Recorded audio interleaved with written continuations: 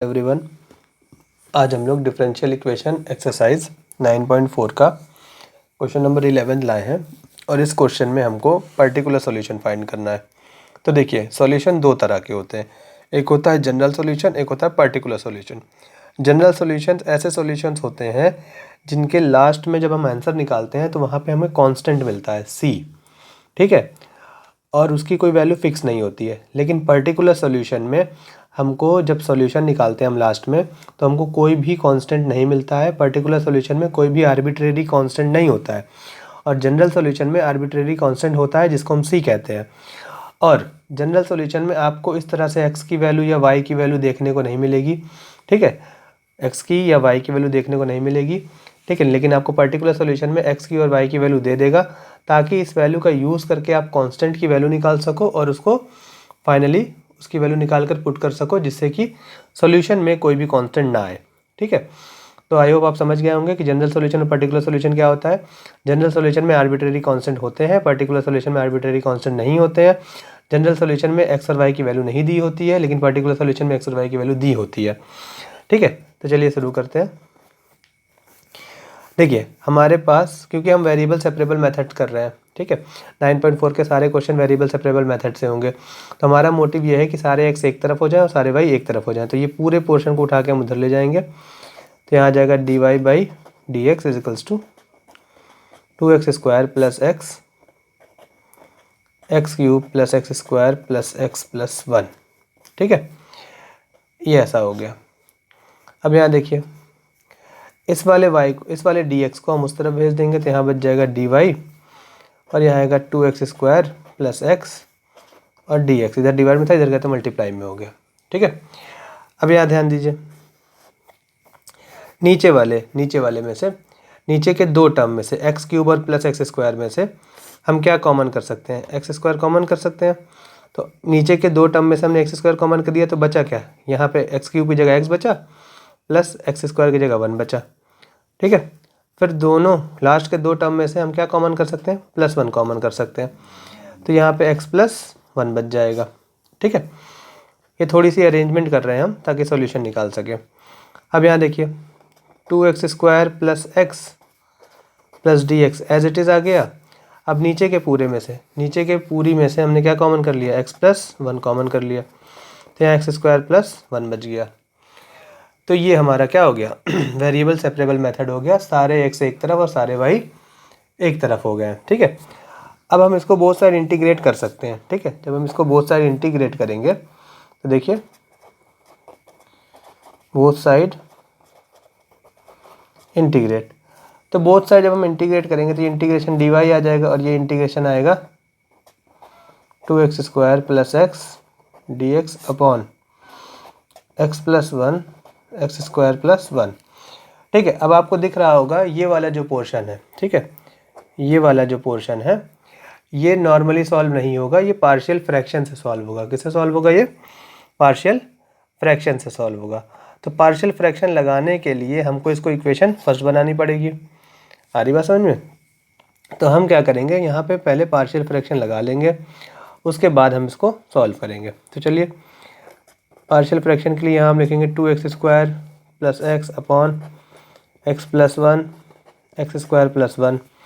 तो according to partial fraction के rule, ठीक है, according to partial fraction rule के अकॉर्डिंग, तो यहाँ पे जो x प्लस 1 है यहाँ आएगा a upon x plus 1 plus x² plus 1, क्योंकि ये क्वाड्रेटिक है तो यहाँ आएगा bx प्लस c। आपने इंटीग्रेशन में इसको बहुत अच्छे से समझा है, और अगर किसी को डाउट हो तो इंटीग्रेशन की वीडियो जाकर देख सकता है वो, ठीक है।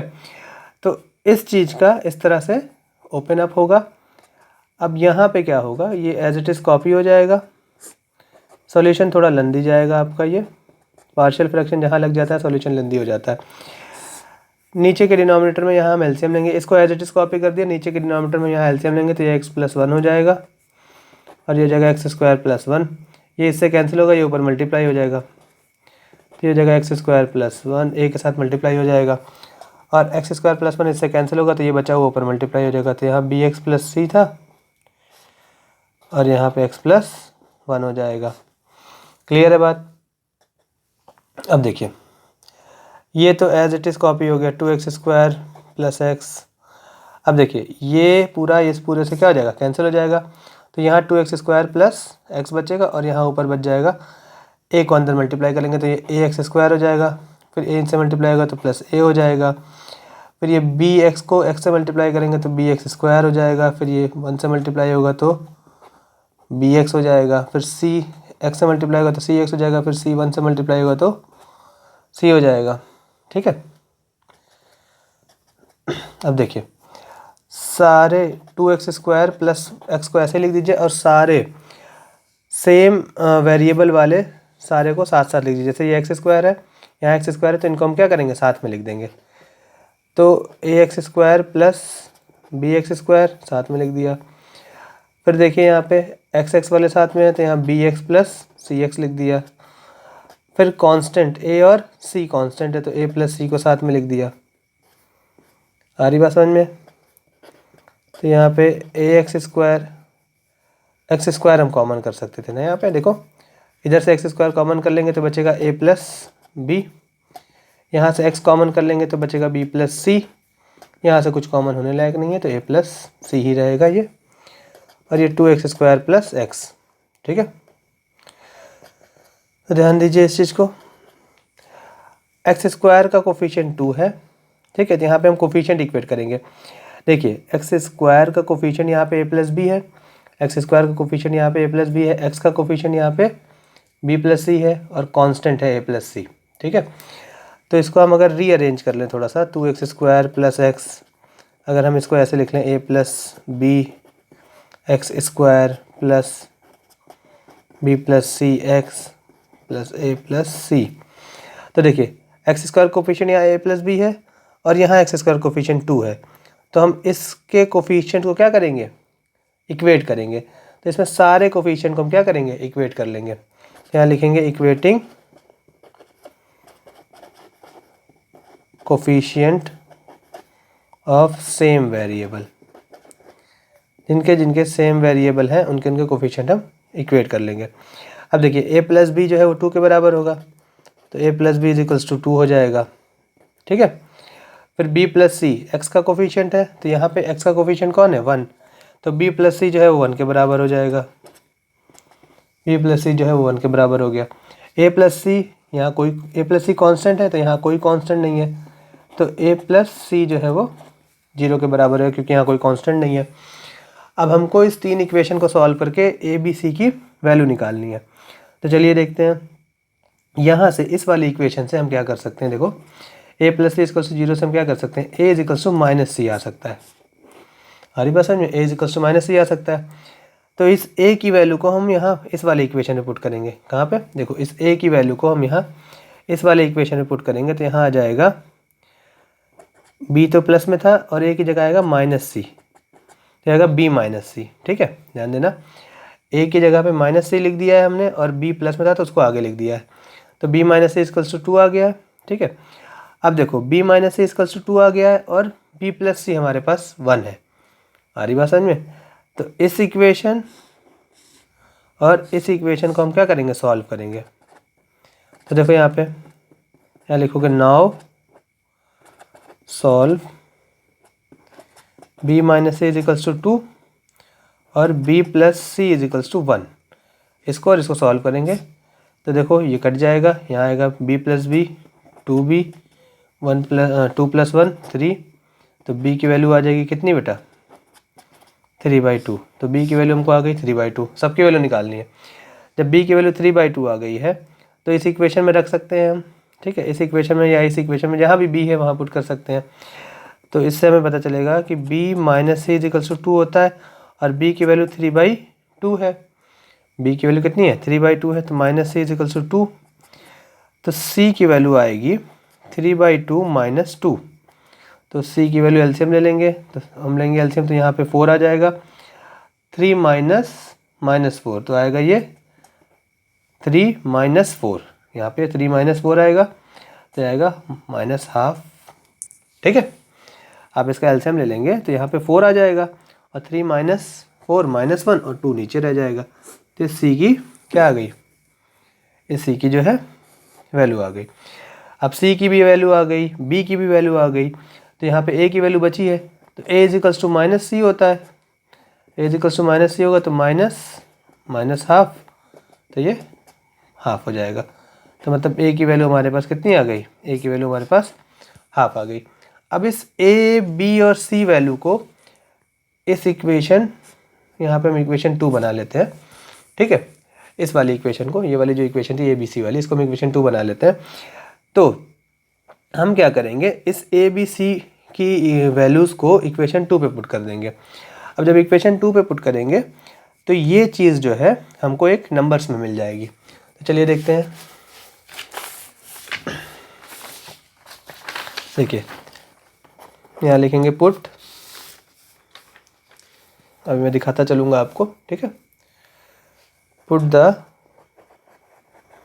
Value of a b and c on equation second, ठीक है।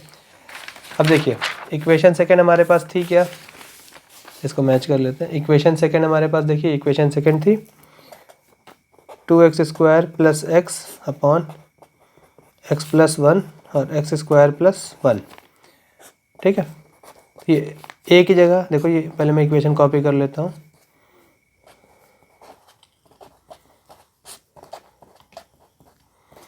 ये इक्वेशन 2 है पूरी, मैंने कॉपी कर लिया यहाँ से। अब इस इक्वेशन 2 में, इस इक्वेशन 2 में हम क्या लगेंगे, ए और बी की वैल्यू पुट करेंगे। देखिए इसको कॉपी कर लेंगे ऐसे ही। ए की वैल्यू कितनी आई है, देखिए ए की वैल्यू आई है हाफ, तो हम यहाँ पे हाफ पुट कर लेंगे, तो हाफ एक्स प्लस 1 हो जाएगा ये। फिर प्लस बी की वैल्यू आई है 3/2, ठीक है, बी की वैल्यू 3/2 आई है, तो बी की जगह हम पुट करेंगे 3/2x, और सी की वैल्यू जो है वो माइनस हाफ आई है, यहाँ पे माइनस हाफ पुट कर लेंगे, और डिनोमिनेटर में आएगा एक्स स्क्वायर प्लस 1, ठीक है। चलिए इसके बाद 2x square plus x plus 1, x square plus 1, ये इस कॉपी हो जाएगा। अब इसमें देखिए ये हाफ एक्स प्लस 1 है, इसका हम एलसीएम ले लेंगे, तो यहाँ आ जाएगा 3/2, ठीक है, x माइनस 1 और अपॉन में एक्स स्क्वायर प्लस 1, ये पूरा आ जाएगा, ठीक है, ये चीज़ पूरी आ जाएगी। तो चलिए इसमें हम क्या करेंगे, डिनोमिनेटर डिस्ट्रीब्यूट कर देंगे, ये ऐसे ही रहेगा। अब देखिए इसको हम डिनोमिनेटर डिस्ट्रीब्यूट कर देंगे, तो 3/2 ये आ जाएगा x upon x square plus 1, ठीक है, और ये आएगा minus half x square plus 1, ठीक है। डिनोमिनेटर, ये पूरा डिनोमिनेटर 3x को भी दे दिया, पूरा डिनोमिनेटर 3x को भी दे दिया, माइनस की जगह माइनस लगा दिया, और ये पूरा डिनोमिनेटर जो है 1 को भी दे दिया, ठीक है। तो यहाँ आप बीच में भी 1 लिख सकते हैं, तो ये कुछ ऐसा दिखने लग जाएगा।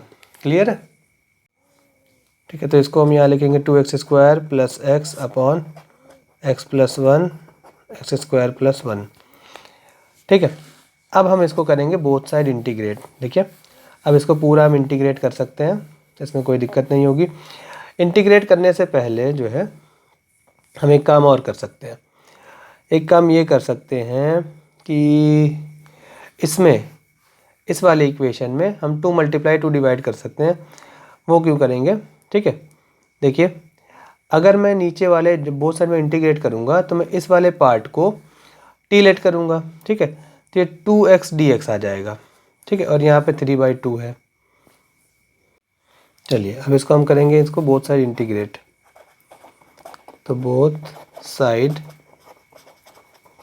इंटीग्रेट करेंगे, तो ये जगह integration 2x square plus x upon x plus 1 x square plus 1, यहाँ पे इंटीग्रेशन हो जाएगा, हाफ बाहर लिख देंगे, dx x प्लस 1 हो जाएगा, 3/2 बाहर लिख देंगे, integration x square plus 1 dx इधर आ जाएगा, माइनस हाफ बाहर लिख देंगे, इंटीग्रेशन एक्स स्क्वायर प्लस 1, 1 को 1 का स्क्वायर भी लिख सकते हैं, कोई इसमें दिक्कत नहीं है, ठीक है।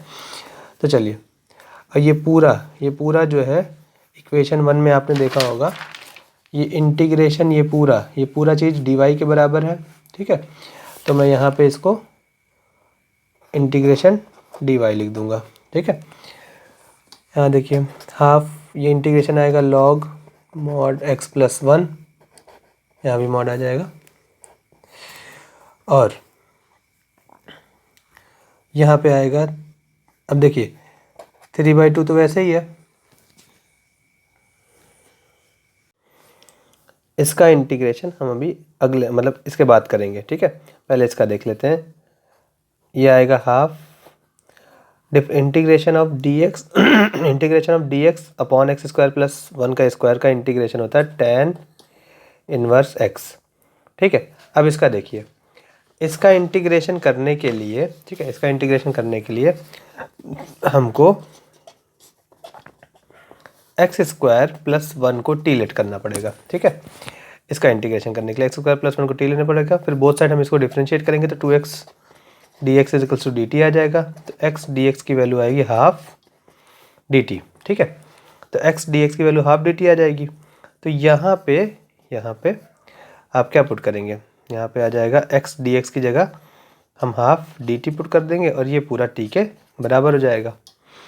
आ रही बात समझ में?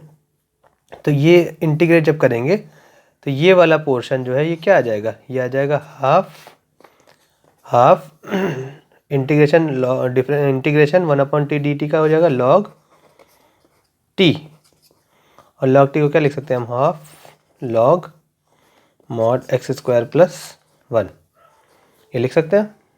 ठीक है, तो मेरा ये कहने का मतलब है कि इसका जो इंटीग्रेशन आया है, इसका जो इंटीग्रेशन आया वो आया half log mod x square plus 1। ठीक है, तो इसको हम डायरेक्टली यहाँ पुट कर सकते हैं, मतलब integration x dx upon x square plus 1 का इंटीग्रेशन ये आएगा half log mod x square plus 1। तो यहाँ लिख लेंगे हम half log x square plus 1। ठीक है, ये ऐसे आ जाएगा, और ये इसको थोड़ा सा ऐसे चेंज कर लेते हैं, यहाँ पे माइनस लगा देंगे इसको हटा के यहाँ से। ठीक है, जगह थोड़ी कम पड़ गई है। तो देखिए इसका इंटीग्रेशन आ जाएगा y, यहाँ पे आपके पास आएगा हाफ log x प्लस 1, फिर देखिए 3/2 और 1/2 मल्टीप्लाई होंगे तो 3/4 आ जाएगा, log x स्क्वायर प्लस 1, फिर minus half tan inverse x, क्योंकि ये पूरा इनडेफिनिट इंटीग्रेशन है तो यहाँ पे c भी आएगा। ठीक है, तो अब जाके ये इंटीग्रेशन कंप्लीट हुआ है, अब हम क्या करेंगे, हमें जैसे गिवन है, हमें गिवन ये है कि y is equals to 1 given था और x is equals to 0 given था, तो हम यहाँ वैल्यू पुट करेंगे इन सब पे। ठीक है, इसको इक्वेशन हम थर्ड बनाएंगे और यह पुट करेंगे पुट ऑन इक्वेशन थर्ड, मतलब y इज इक्वल्स टू 1 और x इज इक्वल्स टू 0 हम इक्वेशन थर्ड में पुट करेंगे। तो जैसे ही यहाँ पुट करेंगे तो y की जगह 1 आ जाएगा, फिर हाफ log, ठीक है, x की जगह 0 प्लस 1 आ जाएगा, 3/2 log x की जगह 0 का स्क्वायर 0 प्लस 1 आ जाएगा, हाफ tan इनवर्स x की जगह 0 और tan इनवर्स 0 होता है। ठीक है, फिर यहाँ प्लस c, तो यहाँ पे देखिए क्या आ जाएगा, log 1 की वैल्यू 0 होती है तो ये पूरी 0 हो जाएगी, यहाँ भी log 1 की वैल्यू 0 होती है तो ये भी पूरा 0 हो जाएगा, tan इनवर्स 0 की वैल्यू होती है 0 तो ये भी पूरा 0 हो जाएगा, माइनस प्लस c, तो यहाँ आएगा c की value is equals to 1। Constant की वैल्यू हमने देखो निकाल दी, c की वैल्यू हमने निकाल दी 1। ठीक है, तो इस बात का ख्याल रखिएगा कि पार्टिकुलर सॉल्यूशन में, किसमें, पार्टिकुलर सॉल्यूशन में हम c की वैल्यू निकालेंगे। ठीक है, और इस c की वैल्यू को कहाँ पुट करेंगे, पुट ऑन इक्वेशन थर्ड। अब इस c की वैल्यू को हम इक्वेशन थर्ड में पुट करेंगे तो हमारे पास आएगा y is equals to half log x plus 1 plus 3/4 log x square plus 1 minus half tan inverse x plus 1, c की जगह क्या लिख दिया 1। अच्छा, अब देखिए थोड़ा सा अगर अरेंजमेंट करूँ मैं यहाँ पे इस वाली फॉर्म में, अगर मैं 2 × 2 डिवाइड कर दूँ, जैसे मैंने 2 मल्टीप्लाई करूँगा फिर 2 डिवाइड कर दूँगा तो 2 ऊपर आ जाएगा और नीचे आ जाएगा 4। ठीक है, 2 मल्टीप्लाई 2 डिवाइड जब मैं करूँगा तो नीचे का 2 2 जब 4 हो जाएगा और ऊपर 2 ही रह जाएगा। और यहाँ 3/4 log x स्क्वायर प्लस 1, ये half tan inverse x plus 1। अब देखिए, जैसा आपको मालूम है कि log के सामने अगर कोई नंबर रहता है तो वो नंबर पावर में चला जाता है, मतलब m log n जो होगा is equals to log mn के बराबर होता है। अगर आपको आइडेंटिटी ना याद हो तो मैं यहाँ पे लिख सकता हूँ, यहाँ लिख दीजिए। देखिए m log n जो होता है वो log n की पावर m हो जाता है। ये वाला जो नंबर है वो पावर में चला जाता है। तो यहाँ देखिए, यहाँ पे 2 है, इन दोनों टर्म को देखिए, इन दोनों टर्म को, इसमें से हम 1/4 कॉमन कर सकते हैं, इन दोनों में से इसमें से 1/4 कॉमन कर दिया, फिर ये 2 जो है ये पावर में चला जाएगा तो यहाँ आ जाएगा log x प्लस 1 का होल स्क्वायर, और यहाँ जो 3 बचेगा वो पावर में चला जाएगा तो आएगा log x स्क्वायर प्लस 1 का क्यूब। ठीक है, और यहाँ आ जाएगा half tan inverse x plus 1। ठीक है, अब देखिए यहाँ पे log m plus log n, ये बन जाएगा log mn, sorry log mn, मतलब log x प्लस 1 का होल स्क्वायर और log x प्लस 1 का whole square multiply x square plus 1 का क्यूब, ये आएगा, और यहाँ आएगा half tan inverse x plus 1, इतना आएगा। तो ये फाइनल आपका आंसर आ गया, y is equals to 1/4 log x plus 1 का whole square x square plus 1 का whole cube minus half tan inverse x plus 1। तो ये आपका फाइनल आंसर है। इतना बड़ा क्वेश्चन था, आई होप आपको समझ में आया होगा। अगर आपको कोई भी डाउट होता है तो इसको रिपीट करके देख लीजिएगा, और फिर भी अगर नहीं क्लियर होता है तो मुझे कमेंट सेक्शन में इन्फॉर्म कर दीजिएगा। वीडियो थोड़ी लंबी हो गई है क्योंकि सारा चीज़ें मैंने सिस्टम से की हैं। Thank you so much.